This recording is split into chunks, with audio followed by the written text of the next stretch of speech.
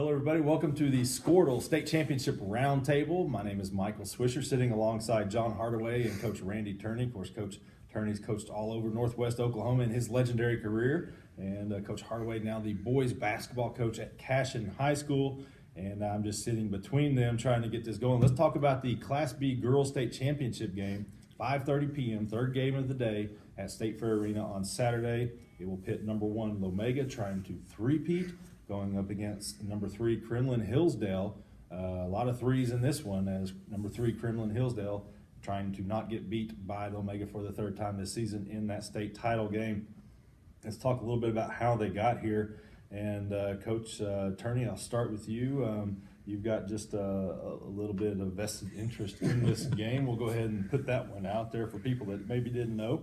But your daughter, Tana Gregg, is the head coach of Kremlin Hillsdale, who pulled off the 29-19 quote-unquote upset of number 2 Hammond today. I'm going to go ahead and put it out there that I picked Kremlin Hillsdale to win that game and to be into the finals, and I've got video proof of that.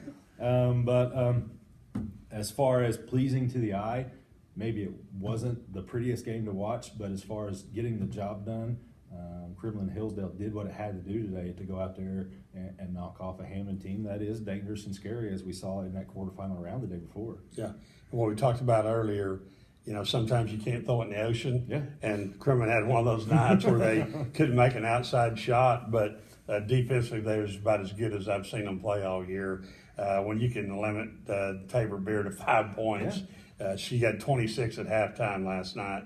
They just did a great job of keeping her out of the lane and limiting her from, you know, shooting a three. And they just couldn't get an open look that they liked. And when they did, they couldn't knock it down. But Kremlin just kind of hung around, and, you know, second half made a few shots there to kind of get some breathing room. But just very impressed with the way they played on defense and took away Hammond's strengths, which is, you know, pushing the ball down the floor and kind of taking away their quicknesses and keeping them out of the lane and keeping them from going to the basket. But, you know, good job on defense. You know, if we're going to play with Lomega tomorrow and stay up to that 112, we're going to have to shoot a little bit better. Well, not too many days, and if I had told you going into the game that Beer would have more turnovers than points, that you probably would have liked your chances, and that turned out to be the case. As I said, Kremlin Hillsdale pulls out the win, going for its first state title, and I believe first state championship game appearance. So the Lady Broncs come in at 25-3. 2 of those losses are to Cherokee Strip foe Lomega. One was in the conference tournament championship, and that was a 51-44 win by Lomega on January 21st. They met up again at Kremlin on February 4th, and it was a Kinsey Langer three-pointer basically at the buzzer that knocked off Kremlin Hillsdale. And certainly no Class B team has played Lomega that close, and that includes today when number 4 Barnum got its chance. And the good thing for Barnum is, it scored the first 5 points of the game, and I believe it scored 38 points in the first half. The bad news is it gave up 58 points in the first half and 112 in the game, as Lomega set a state tournament scoring record for girls with 112 points. It broke Lomega's record of 97 points in 1989, 112-59 over Barnum. And Coach Hardaway, it's a lot of points. It's a lot of points. I mean, 112 is putting the ball in the hole. I mean, and you talk about teams kind of taking, you know, the personality of their coach too. I mean, you know, Kevin's my age. He's a good friend of mine. I mean, he could really score the basketball. I'm not afraid to play some offense. I mean, you know, with Lomega, you know, I think a lot of times, you know, it comes down to they're just so comfortable playing in that environment, that arena. Yeah. You know, they expect to be there on Saturday state championship every single year.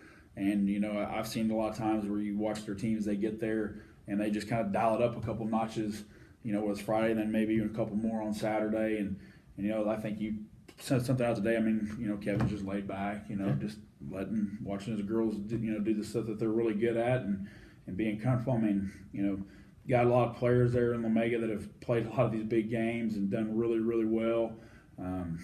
You know, I mean, it'll be interesting. I mean, just listening to Coach, I mean, I think it'll be, you know, where's the score at in the game? I mean, that's, you know, when you're talking about 112, that's a bunch of points. Well, so I'll be surprised, honestly, if they score half that many tomorrow, and just because of the pace of the game. But Lomega, not most schools don't own a state championship.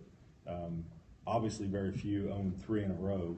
Should Lomega win tomorrow against Kremlin Hillsdale, it will have won 3 in a row at 2 different times in its illustrious career, and that would be from '87 to '89. And that was, Brandy Llewellyn-Nyberg.